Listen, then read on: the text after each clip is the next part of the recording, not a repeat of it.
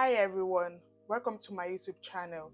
In case you haven't subscribed, kindly click on subscribe button and turn on the notification bell so as not to miss on my next post. Let's get started.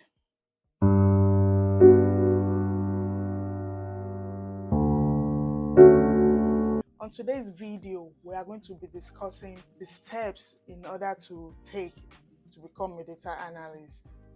We all know that we're in the world whereby people from different backgrounds, be it engineer, be it accountants, be it marketing, and so on, they want to switch career or transition into tech. But today, we're going to be focusing on data analyst. And data analyst is a lucrative course in which people from different backgrounds, it doesn't matter if you are a doctor, you are a nurse, you are an engineer, you are a tech person trying to transform into data analysis or data analyst. So it doesn't really matter about your background. You can do this course. Let's understand what DA means. Data analyst is the transformation, the collection, the organization of data which is used to make decisions, to draw conclusions, and to make predictions. Now, let's talk about the industries where you can work as a data analyst. As a data analyst, which is a very lucrative course, we can work in the tech industry, we can work in healthcare industry, we can work in finance industry, we can work in business industry, we can work in marketing industry. So it doesn't really matter where you want to work. There's always the request of data analysts in every role, in every organization. Now, data analysts can be of different titles, job titles. It doesn't really have to be called BA. We can call it business analyst. You can work as a business analyst. You can work as a customer insight analyst. You can work at operation analyst. You can also work at service analyst. So it doesn't really matter. It doesn't really have to be called data analyst. So if you are applying for jobs, if you're out there, if you're applying for jobs, just know that data analyst can be called different job titles. But once you just check the requirements of the job, it's up to you to realize that this thing is related to data analyst. I have my phone here and I have my jotter here or my notepad here. So if you just see me looking down, just know that I have important things I've written and I want to share with you people. Let's talk about the right skills you need to learn. Because as a DA, there are skills, there are analytical tools you need to know in order to become one, in order to actually get a job. Because it's not the matter of say, okay, I want to become a data analyst, and you actually don't know any steps, you actually don't have any skills in order for you to become one. You need to learn SQL. SQL is a query language which is used to extract information we need. We tell the computer, okay, extract this so information. We need this particular information to be in this particular form. That's the job of SQL. You need to learn skills also, or tools also, like data visualization, which is of two types. It's either you learn Tableau or you learn Power BI. They do the same thing, but one is more common than the other. In some parts of the world, Power BI is common, while in some parts of the world, Tableau is common.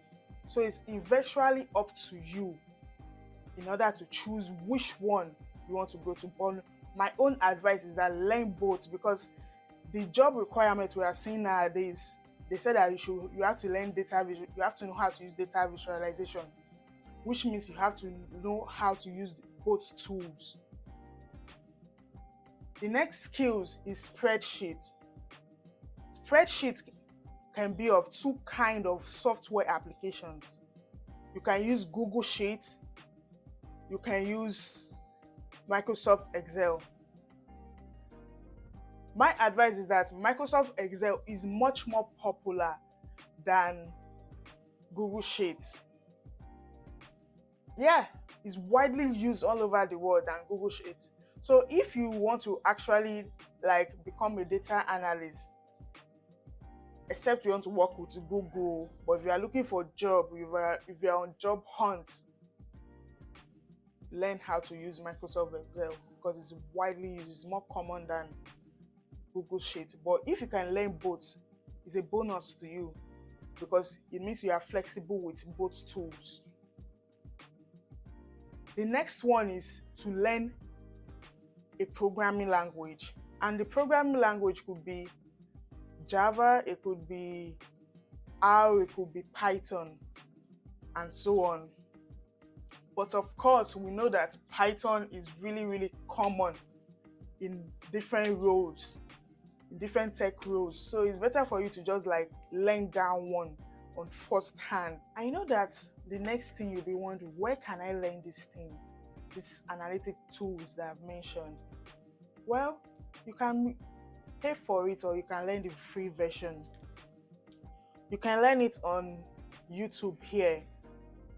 You know, we all know that YouTube is a search engine in which, you just get to know about anything you want, either tech related or not. Personally, I use YouTube for so many things and it has been really useful for me. So if you haven't like searched for anything, now is the time. You can go to free code camp.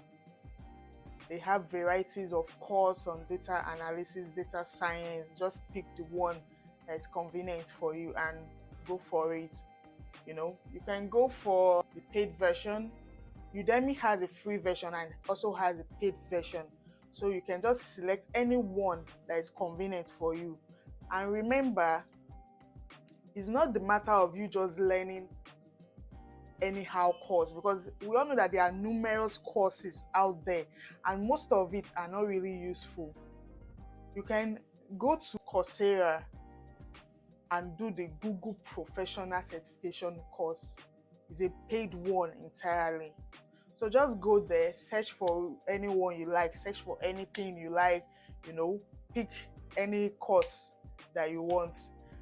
But me personally, when I was learning this tool, I had to go for Google Professional Certification on Data Analysis. I don't know if that's the right topic, but I know that once you just search for it online to be brought up by Google or Chrome or whatever you are using. So you just go for that one. And the reason why I just suggest to go for that, because you have the opportunity to work on projects. At the end of the course, there are 2 types of projects you can work on. So you just pick the one that you know that, okay, I have the ability to do this, I have the ability to do that. And you learn tools such as SQL, you learn how to clean, you learn how to extract, you learn how to use Spreadsheet, both on Microsoft and Google Sheet. So you learn how to use that one. You learn about programming language, but the programming language that they do is not Python. Remember I said that Python is really popular, but they do R, and most of the jobs too, they request that is either you know how to do Python or R, or you know how to do both, which is a bonus. After you've learned all these tools, it is now important to have a portfolio in which you can display your projects. And as a data analyst, there are 2 popular places you can host your portfolio on. You can host it on GitHub. It's a free account. It's a free site in which you get to work on different projects, get into competitions with fellow data scientists or data analysts, and win numerous awards from. Also, you can host it on Kaggle. Kaggle is mainly for data analysts or data scientists. So on Kaggle, you get to work on different competitions, different projects, different competitions. You get to meet new people, get to network on it also. Then it's time for you to start working on your project. As a beginner, my advice is that work on projects that people have done. Yes, work on projects that people have done. You can go to YouTube and search for Alex the Analyst. He really works on projects that have really helped a lot of people to get jobs. So you follow his steps, follow it or follow the process that is taking, and at the end of the day, if you put in the effort, you get the result. Now, you create a resume. Create a resume, go out there, search for a resume that's suitable for you. Just create one. Firstly, if you are creating a resume as a data analyst, put in your contact details, that is your name on the headings, your name, your phone number and email address. Then the profile summary, you talk about your skills, what you can do. Then you can put in your qualifications, what you have, and if you've done any certification, you can add it there also.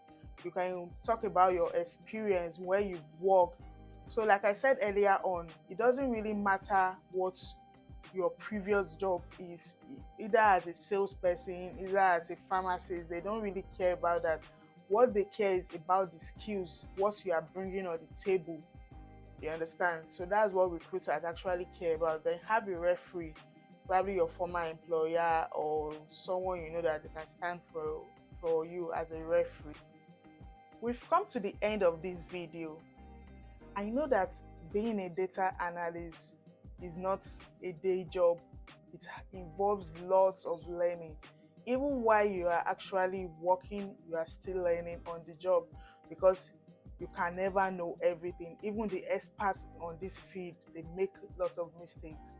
So being a data analyst can be one of the best decisions one can ever make because of this flexibility.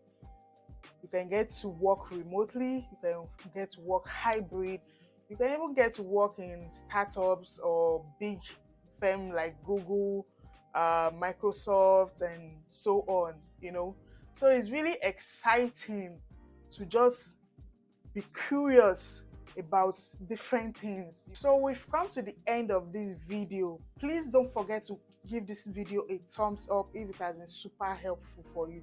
Don't forget to like this video. Don't forget to share with your fellow friends or fellow family.